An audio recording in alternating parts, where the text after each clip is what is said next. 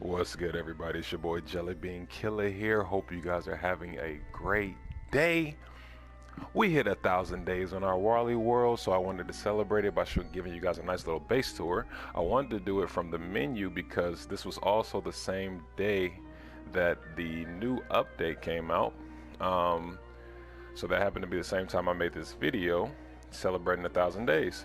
But I want to do it from this menu. This is the first day that the new update is going to come out, so expect more content to be pushing out with all the new craziness that has been pushed into DST. Clay's doing a really good job of keeping the game fresh for people who've been playing it for a while and for new players. So be looking out for that. Make sure you look down in the description below if you want to see my Twitch, so you catch me live. I stream Monday through Thursdays, 9 a.m. Eastern time. And make sure you guys, those of you watching who've been watching my content now for a while, please make sure you guys are subscribed, because I notice we have a lot of people who watch often but they're not subscribed. So make sure you guys smack that like button, smack that subscription button, help me get to 1,000 subscribers. But let's get into the base tour. Alright guys, and we are here. First things first, I am slightly outside of my base. I just wanted to show you guys a little honey farm. I had that set up in the first autumn of this game, like within the first 20 days, because honey is really good for Warley to have set up in the early days. First thing we got is our Houndy Sudius setup. This is what I go to when I have my dog waves come. I want to put 3 more Houndy Sudius here in the middle and 1 more here in the middle right here, and then I'm going to have 9.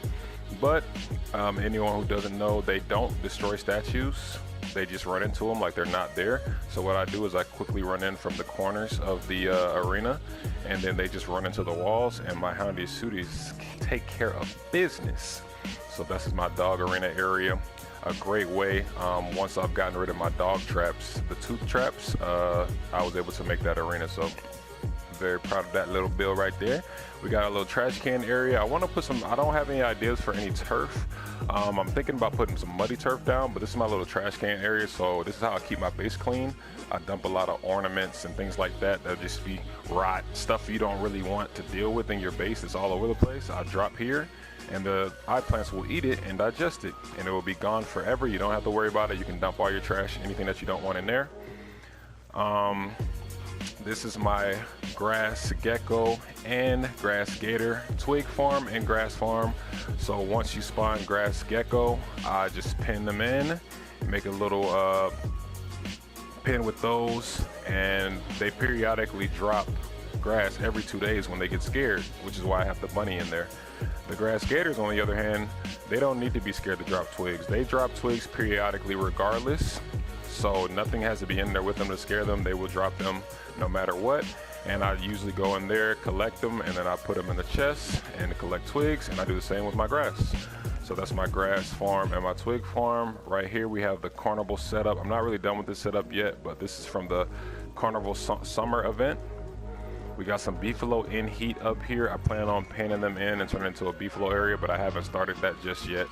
But I do have a bunch of beefalo from a tame beefalo that I did earlier in the world. I didn't fully tame them, but I tamed them a little bit, and then I started a beefalo herd with them. This is my pig set up right here. We got every full moon I come over here and I take out some pigs, and I get guaranteed 2 big meat, 1 pig skin from them. So this is how I keep my pig skin up, because as you know, you do need pig skin for helmets if you're not playing Wigford, and you do need them for hand bats as well. So this is how I keep my pig skin supply up, with that little build right there. And we're gonna head over here. This is my Volt Goat Horn area. I trapped Volt Goats in this pen here, and they get killed by the little starfish, aka an enemy. You can't really see it because there's too much stuff on top of it, but an enemy do damage off screen. So they kill the goat off screen, and then the goats produce meat, Volt Goat horns, and then I just come over and collect. If I want to get something in the pen while the goat is still in there, I will usually just use my lazy forager here and get stuff like that out of it. These bunnies aren't supposed to be here, but I think I left my door open over there. I'm gonna show you guys that build. I got my boy right here. I still haven't named him. This is the first hunt I did in the world, and I got the koala fin, and I kept him. Still haven't named my boy yet, though. I don't know what I'm gonna name him, but that's literally the first koala fin I did in this world. He's still holding it down after over 1,000 days. This is probably one of my most important builds as Warley, my spider farm. this creates a lot of spider glands for me, which creates my healing source for all my boss fights. So you notice in all my boss fight videos, I'm using healing salves, and a lot of people probably wonder, how do you get so many spider glands? It's so tedious to collect spider glands. Well, no, because they kill spiders off screen. As long as you have this set up somewhere in your base, so every once in a while you can walk by to keep it active, they will produce a lot of spider glands. I have a whole almost 2 chests full of spider glands, and I just turn them into healing salves. As long as you have rock and ash, which you can turn anything into ash. You can turn rock into ash, grass, twigs, whatever you want. But that's how I keep my healing salves going, and I use all that stuff for my boss fights. This is the Antlion arena. I also fight Eye of Terror in this arena as well, and sometimes the twins. I do that fight here in this area, so this is what that's for. You see the Antlion statues. But yeah, just a simple arena, nothing too crazy. I can't put any structures or anything like that down because Antlion will destroy him when I'm fighting him, so that's the reason why I didn't really decorate it a little bit more. This is a berry farm, which used to be a gobbler farm. I have to pin in my Twinkie back again. I had a little Twinkie in the middle, and when you pick the berries, they'll run into the gobblers will come out and run into the pins, and you can just kill them for free with a walking cane and get a bunch of drumsticks from that. But I had some pingles come through and do damage to my to my structures and broke the wall, so I got to rebuild that back up. This is my stone fruit area. I got stone fruit. I got these stone fruit probably. I also got these stone fruit in the first autumn as well. I use this for rock, and I also use them for avocado. Avocado does count as a vegetable, so you can use it for pierogi or any dish that requires vegetable. They're really good for that when I run out.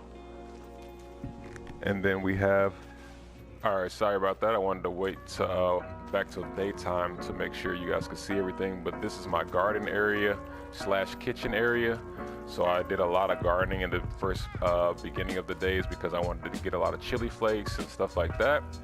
Once I was done collecting a lot of chili flakes and a lot of seasonings that Warley can use for a lot of his dishes, then I turned it into like a kind of trophy farm thing. I have 2 more giant crops that I need. I think it's carrot and pomegranate, so I'm working on that. And in order to keep these from spoiling, you can actually wax them with beeswax, which all you need is honeycomb to make beeswax. So you just wax them and they stay permanent. They can be destroyed if you hammer them or something like that, but other than that, they won't get spoiled and they won't turn into rotten plants. This is the rest of the kitchen area right here. All my crock box, salt box, things like that. I put my bananas and berries pretty close because I figured it's always good to have all that stuff close to your kitchen so you won't have to run all over the place just to make dishes and stuff like that. We have our lure plant farm up here. If you plant them on boats, they won't grow eyes, so that's a good way to get free leafy meat whenever you need it. We have our above average tall tree over here going into our chest zone area. So this is my chest zone area. This is how I stay organized, keeping all my stuff here in these chests. I label them with signs, things of that nature. And by the way, all these glow caps that I'm walking past, they are all permanent. I use the shards from the Celestial Champion, and once you put a shard in there, I just have 1 shard in here, it'll stay permanent, it'll stay on forever. And this is the machine area. This is where I put all my machines, my shrines. Right now I got the Beefalo Shrine and the Varg Shrine up for those 2 events. But yeah, that's everything. That is the entire base. This is the overhead view. As you can see, I have almost the entire Oasis filled up. My Oasis is connected to my Dragonfly farm, so I got kind of lucky with that. But yeah, that's the entire farm. That's everything we have so far for this base. I plan on making it a lot bigger, a lot better than this, and there's still a lot of more projects that I want to complete before I'm fully done with this mega base. But so far, after 1,000 days, pretty proud of how far I've come. I appreciate you guys coming through to the video, and I hope you guys have a great rest of your day. Make sure you drop a subscription if you're new, and make sure you drop a video if you have any questions about anything you saw on the base or any questions about any of the farms or anything like that. Drop a like if you enjoyed the video, and peace out.